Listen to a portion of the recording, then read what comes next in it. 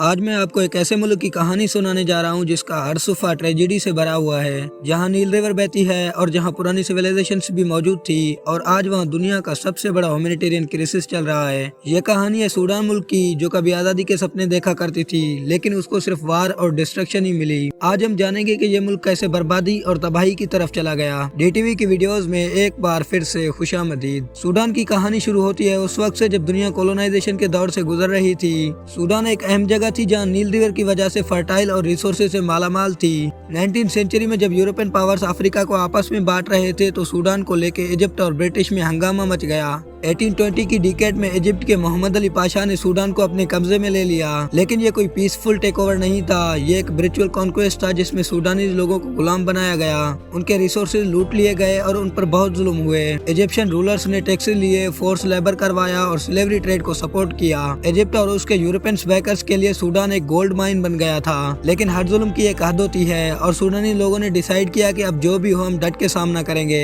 1881 में एक religious leader Mohammad Ahmad सामने आए। उन्होंने खुद को मेहदी डिक्लेयर किया, मतलब कि द प्रोमिस्ड वन। उन्होंने लोगों को आजादी दिलाने का वादा किया और उसने सूडानी लोगों को कहा कि इजिप्ट और ब्रिटिश ऑपरेसर्स को बाहर निकालने के लिए हमें एक इस्लामिक स्टेट एस्टेब्लिश करनी चाहिए। ये बात सुनते ही हजारों लोगों ने उनका साथ दिया। ये सिर्फ एक रेबलियन नहीं थी, ये एक रिवोल्यूशन थी। और 1885 में जब मेहदिस्ट फोर्सेज ने ब्रिटिश को घेर लिया और फेमस ब्रिटिश जनरल गॉर्डन को मारा तो पूरी दुनिया शॉक्ड रह गई। सूडान आजाद हो गया था और यहाँ से मेहदिस्ट स्टेट एस्टेब्लिश हुई, लेकिन ये आजादी ज्यादा देर नहीं टिकी। ब्रिटिश एम्पायर इतनी आसानी से हार मानने वाली नहीं थी। 1898 में जनरल किचनर की कमांड में एक भारी ब्रिटिश फोर्स सूडान पर वार करने आई तो यहाँ पे सूडानीज के हजारों सोल्जर मारे गए और मेहदिस्ट स्टेट भी खत्म हो गया।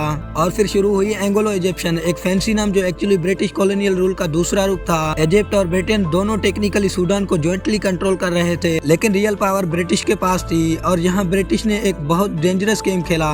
उन्होंने सूडान को दो हिस्सों में डिवाइड कर दिया, not officially but practically. Northern Sudan में उन्होंने अरबिक लैंग्वेज और इस्लाम को प्रमोट किया, डेवलप सिटीज बनाए और एजुकेशन भी दी। और साउथर्न सूडान में क्रिश्चियन मिशनरीज को भेज दिया गया। इंग्लिश लैंग्वेज प्रमोट तो की, लेकिन डेवलपमेंट पे ज्यादा फोकस नहीं दिया। ये डिवाइड एंड रूल पॉलिसी थी जो आगे चल के सूडान की सबसे बड़ी बर्बादी की वजह बनी। डिकेड्स गुजरते गए और सूडानीज लोगों में एक इंडिपेंडेंस की डिमांड बढ़ती गई। और जब सेकंड वर्ल्ड वार के बाद जब पूरी दुनिया में डिकोलोनाइजेशन का दौर आया तो सूडान भी पीछे नहीं हटा। नेगोशिएशंस हुई, एग्रीमेंट्स हुए और फाइनली 1 जनवरी 1956 को सूडान ऑफिशियली आजाद हो गया। इमेजिन करें उस दिन की जब लोग नए मुल्क की खुशी में सेलिब्रेशन कर रहे थे, लेकिन खुशी के इस पल में किसी ने ये नहीं देखा कि जो टाइम बम ब्रिटिश ने लगाया था वो आगे जाके सब कुछ तबाह करने वाला है। इस बात से हटके देखा जाए तो नॉर्थ और साउथ के बीच जो गुल्फ बनाई गई थी वो अब एक प्रॉब्लम बन चुकी थी। साउथर्न सूडानीज देख रहे थे कि नए गवर्नमेंट में भी सारी पावर्स नॉर्थर्न के पास है। अरबिक ऑफिशियल लैंग्वेज बन गई, इस्लामिक इन्फ्लुएंस ज्यादा था और साउथ ब्रिटिश को निकालते तो अपने ही सूडानी भाइयों की गुलामी शुरू हो जाती।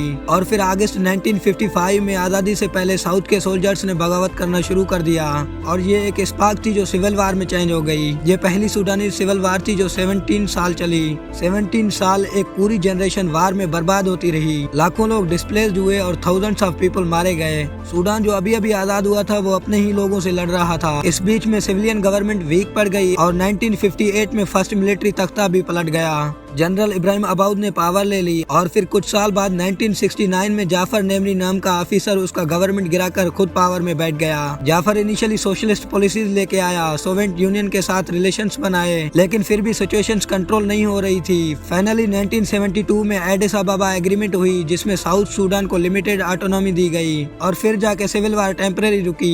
लेकिन जाफर के दिमाग में कुछ और चाल चल रहा था। 1980s में उसने अपने पॉलिसीज कम्प्लीटली चेंज कर दी और वो इस्लामिक फंडामेंटलिज्म की तरफ चला गया और 1983 में उसने पूरे सूडान में शरिया लॉ इम्प्लीमेंट कर दिया।